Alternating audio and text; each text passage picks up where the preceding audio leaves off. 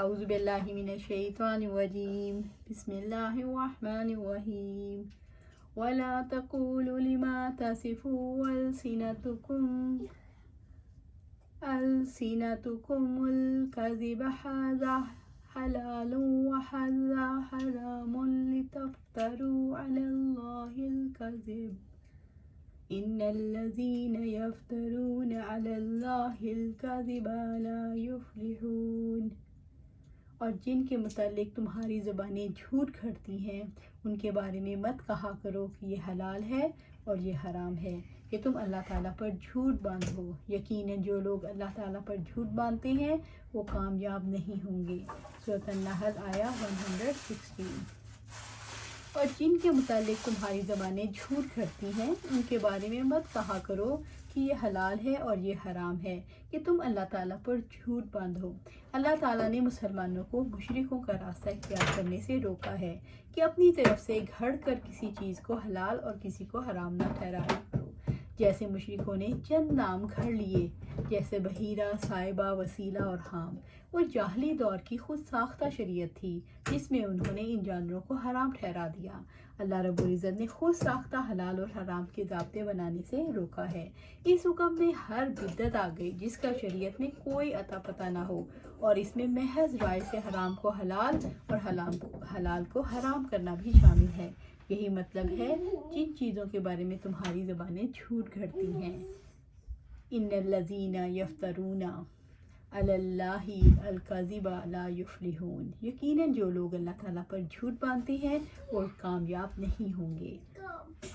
اللہ سبحانہ تعالیٰ فرماتے ہیں کہ آپ کہتے ہیں یقیناً جو اللہ تعالیٰ پر جھوٹ باندھتے ہیں وہ فلاح نہیں پائیں گے، دنیا میں تھوڑا سا فائدہ ہے، پھر ہماری ہی جانب انہیں لوٹنا ہے، پھر ہم انہیں سخت عذاب چکھائیں گے اس وجہ سے جو وہ کفر کرتے تھے۔ سورۃ یونس آیہ 69 اور 70۔ اسی طرح اللہ سبحانہ تعالیٰ فرماتے ہیں اللہ تعالیٰ نے نہ کوئی بحیرہ، کان پھٹی اونٹنی، اور نہ ہی صائبہ، سانڈ چھٹی ہوئی، اور نہ ہی وسیلہ، اوپر تلے بچے دینے والی، اور نہ ہی حام، بچوں کا باپ، اونٹ مقرر کیا ہے، بلکہ جن لوگوں نے کفر کیا وہ اللہ تعالیٰ پر جھوٹ باندھتے ہیں اور ان میں سے اکثر عقل نہیں رکھتے۔ اسی طرح اللہ سبحانہ تعالیٰ فرماتے ہیں اور انہوں نے کہا جو بھی ان جانوروں کے پیٹوں میں ہے وہ خالصاً ہمارے مردوں کے لیے ہے اور ہماری بیویوں پر حرام ہے، اور اگر مردہ ہو تو اس میں سب شریک ہیں۔ اللہ تعالیٰ انہیں جلد ہی ان کی بات بنانے کی سزا دے گا، یقیناً وہ کمال حکمت والا سب کچھ جاننے والا ہے۔ یقیناً وہ لوگ گھاٹے میں پڑ گئے جنہوں نے اپنی اولاد کو حماقت اور بغیر علم کے قتل کیا، اور انہوں نے اللہ تعالیٰ پر جھوٹ باندھتے ہوئے اس کو حرام کر لیا جو اللہ تعالیٰ نے ان کو رزق دیا تھا۔ یقیناً وہ گمراہ ہو گئے اور ہدایت پانے والے نہیں ہوئے۔ اور اللہ تعالیٰ ہی جس نے باغات کو پیدا کیا، چھجوں پر چڑھائے ہوئے اور نہ چڑھائے ہوئے، اور کھجوروں کو اور کھیتوں کو، اس کے پھل مختلف ہوتے ہیں، اور زیتون اور انار کو باہم ملتے جلتے بھی ہیں اور نہ ملتے جلتے بھی۔ اس کے پھلوں میں سے کھاؤ جب وہ پھل لائیں، اس کی کٹائی کے دن۔ اللہ تعالیٰ کا حق ادا کرو اور حد سے نہ گزرو، یقیناً اللہ تعالیٰ حد سے گزرنے والوں کو پسند نہیں کرتا۔ سورۃ الانعام آیہ 139 سے 141۔ متاع قلیل وَلَهُمْ عَذَابٌ علیم، تھوڑا سا فائدہ ہے اور ان کے لیے بڑا دردناک عذاب ہے۔ سورۃ النحل آیہ 117۔ متاع قلیل، تھوڑا سا فائدہ ہے۔ رب العزت نے ان لوگوں کو کہا جنہوں نے خود ساختہ شریعت بنائی وہ دنیا میں چند روزہ زندگی کا فائدہ اٹھا لیں۔ وَلَهُمْ عَذَابٌ علیم، اور ان کے لیے بڑا دردناک عذاب ہے، آخرت میں ایسے لوگوں کے لیے دردناک عذاب ہے۔ رب العزت کا فرمان ہے نُمَتِّعُهُمْ قَلِيلًا ثُمَّ نَضْطَرُّهُمْ إِلَىٰ عَذَابٍ غَلِيظٍ، ہم انہیں بہت تھوڑا سامان دے رہے ہیں پھر ہم انہیں ایک بہت سخت عذاب کی طرف مجبور کر کے لے جائیں گے۔ سورۃ لقمان آیہ 24۔ وَعَلَى الَّذِينَ هَادُوا حَرَّمْنَا مَا قَصَصْنَا عَلَيْكَ مِن قَبْلُ وَمَا ظَلَمْنَاهُمْ وَلَكِنْ كَانُوا أَنفُسَهُمْ يَظْلِمُونَ، اور جو لوگ یہودی بن گئے ان پر ہم نے وہ تمام چیزیں حرام کر دی تھیں جو ہم اس سے پہلے آپ کو بتا چکے ہیں، اور ہم نے ان پر ظلم نہیں کیا تھا لیکن وہ خود ہی اپنے اوپر ظلم کیا کرتے تھے۔ سورۃ النحل آیہ 118۔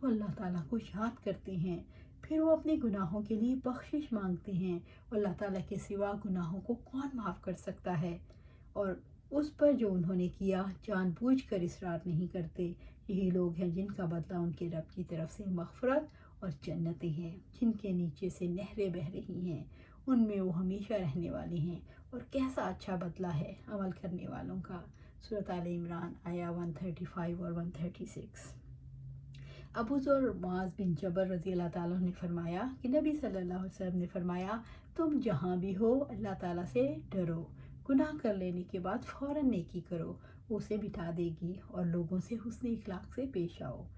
عبداللہ بن عمر رضی اللہ تعالیٰ عنہ سے روایت ہے کہ معاذ بن جبل رضی اللہ تعالیٰ نے سفر کا ارادہ کیا تو عرض کیا، یا رسول اللہ صلی اللہ علیہ وآلہ وسلم، مجھے وصیت فرمائیے۔ آپ صلی اللہ علیہ وسلم نے فرمایا، اللہ تعالیٰ کی عبادت کرو، اس کے ساتھ کسی کو شریک نہ کرو۔ انہوں نے عرض کیا، یا رسول اللہ صلی اللہ علیہ وآلہ وسلم، مجھے اور وصیت فرمائیے۔ تو آپ صلی اللہ علیہ وسلم نے فرمایا، جب تم کوئی گناہ کر بیٹھو تو نیکی کرو، اور تمہارا اخلاق اچھا ہونا چاہیے۔ ابو ہریرہ رضی اللہ تعالیٰ عنہ سے روایت ہے کہ آپ صلی اللہ علیہ وسلم نے فرمایا، اس ذات کی قسم جس کے قبضہ قدرت میں میری جان ہے، اگر تم گناہ نہ کرتے تو اللہ تعالیٰ تمہیں دنیا سے لے جاتا اور ایسی قوم لے آتا جو گناہ کرتے، پھر اللہ تعالیٰ سے مغفرت طلب کرتے تو اللہ تعالیٰ انہیں معاف فرما دیتا۔ جابر بن عبداللہ رضی اللہ تعالیٰ عنہ کا بیان ہے کہ میں نے رسول اللہ صلی اللہ علیہ وآلہ وسلم کو فرماتے سنا، موت کی خواہش نہ کرو، آخرت کی پہلی ہولناکی بہت سخت ہے۔ یقیناً یہ امر باعث سعادت ہے کہ آدمی کی عمر لمبی ہو، اللہ تعالیٰ اسے انابت، توبہ اور رجوع اللہ نصیب فرمائے۔ انس رضی اللہ تعالیٰ عنہ سے روایت ہے کہ نبی صلی اللہ علیہ وسلم نے فرمایا، ہر آدمی خطا کار ہے، اور بہترین خطا کار وہ ہیں جو توبہ کرنے والے ہیں۔ ان ابراہیم کان امۃ قانتا للہ حنیفا ولم یک من المشرکین، یقیناً ابراہیم ایک امت تھے، اللہ تعالیٰ کے فرما بردار اور ایک اللہ تعالیٰ کی طرف ہو جانے والے، اور مشرکوں میں سے نہ تھے۔ سورۃ النحل آیہ 120۔ اللہ رب العزت نے ان آیات میں ابراہیم علیہ السلام کے بارے میں واضح فرمایا، جو اللہ تعالیٰ کے خلیل تھے، کہ کیسے انہیں فضیلت عطا فرمائی، انہیں کامل اوصاف عطا فرمائی۔ رب العزت نے فرمایا، ان ابراہیم کان امہ، یقیناً ابراہیم ایک امت تھے۔ ابراہیم علیہ السلام کا ذکر خیر آپ مشرکوں سے، یہودیوں سے اور عیسائیوں سے الگ تھلگ رہے۔ امت یعنی پیشوا یا امام، جس کی لوگ اقتدا کریں، یعنی بھلائی کے امام، خصائل کے جامع، ہدایت یافتہ اور رہنما۔ ابراہیم علیہ السلام کیسے ایک امت کے برابر ہو گئے؟ اللہ رب العزت نے فرمایا، اور جب ابراہیم کو اس کے رب نے چند باتوں میں آزمایا تو اس نے انہیں ان سب کو پورا کر دیا۔ اللہ تعالیٰ نے فرمایا، یقیناً میں تمہیں سب لوگوں کے لیے امام بنانے والا ہوں۔ ابراہیم علیہ السلام نے کہا، اور میری اولاد میں سے بھی؟ تو اللہ تعالیٰ نے فرمایا، میرا عہد ظالموں کو نہیں پہنچتا۔ سورۃ بقرہ آیہ 124۔ ابراہیم علیہ السلام تنہا ایمان پر قائم رہنے والے انسان تھے۔ ابراہیم علیہ السلام جب رب کے لیے کھڑے ہوئے تو کوئی ان کے ساتھ دینے والا نہ تھا۔ ابراہیم علیہ السلام نے پوری طرح خود کو رب کی پابندیوں میں دے دیا۔ ابراہیم علیہ السلام اللہ تعالیٰ کے لیے یکسو تھے، جبکہ پوری دنیا میں شرک کا دورہ تھا۔ ابراہیم علیہ السلام اللہ تعالیٰ کی نعمتوں کے شکر گزار تھے۔ ابراہیم علیہ السلام اللہ تعالیٰ کے پیغمبر تھے، جو دنیا والوں کو رب کی طرف بلاتے تھے۔ وہ امام ہدایت تھے، چونکہ وہ اکیلے رب کے لیے کھڑے ہوئے تھے، اس لیے انہیں ایک امت قرار دیا۔ ابراہیم معلم خیر، خلیل اللہ تھے، ہدایت پانے والوں کے امام تھے۔ قانتا للہ، اپنے رب کے داعی، مطیع اور اس کے لیے دین کو خالص کرنے والے۔ قانت یعنی مطیع اور منقاد، حنیفہ اور ایک اللہ کی طرف ہو جانے والے، یعنی محبت، انابت اور عبودیت کے ساتھ اللہ کی طرف متوجہ رہنے والے، اور ماں سوا اسے منہ موڑنے والے، یعنی اسے منہ موڑنے والے نہ تھے، یعنی جو شرک سے ہٹ کر توحید کی راہ پر گامزن ہو۔ حنیف وہ ہے جو دین اسلام پر استقامت سے چل رہا ہو۔ وَلَمْ يَكُ مِنَ الْمُشْرِكِينَ، اور مشرکوں میں سے نہ تھے، اپنے قول و عمل اور تمام احوال میں مشرکین میں سے نہ تھے، کیونکہ ایک یکسو موحد کے امام تھے۔ آپ کہہ دیں، میرے رب نے مجھے سیدھی راہ دکھلائی ہے، وہ ایک مضبوط دین ہے، ملت ابراہیم ہے، جو ایک ہی طرف کے تھے، مشرکوں میں سے نہ تھے۔ سورۃ الانعام آیا 161۔ انہوں نے بچپن اور بڑھاپے میں اللہ تعالیٰ کی توحید کو خالص کر لیا تھا۔ یہ بات اس لیے کہی گئی کہ مشرک ان سے اپنا تعلق قائم نہ کریں۔ اللہ سبحانہ تعالیٰ سے دعا ہے کہ ہم بھی اپنی آپ کو اللہ کے حوالے کر دیں، ہمارا اٹھنا بیٹھنا کھانا پینا صرف اللہ سبحانہ تعالیٰ کے لیے ہو، اور یہ کب ہوگا؟ جب ہم اپنی زندگیاں قرآن و سنت کے مطابق کریں گے۔ اللہ سبحانہ تعالیٰ ہمیں قرآن و سنت کے مطابق زندگی گزارنے کی توفیق دے اور اس پر استقامت دے، آمین یا رب العالمین۔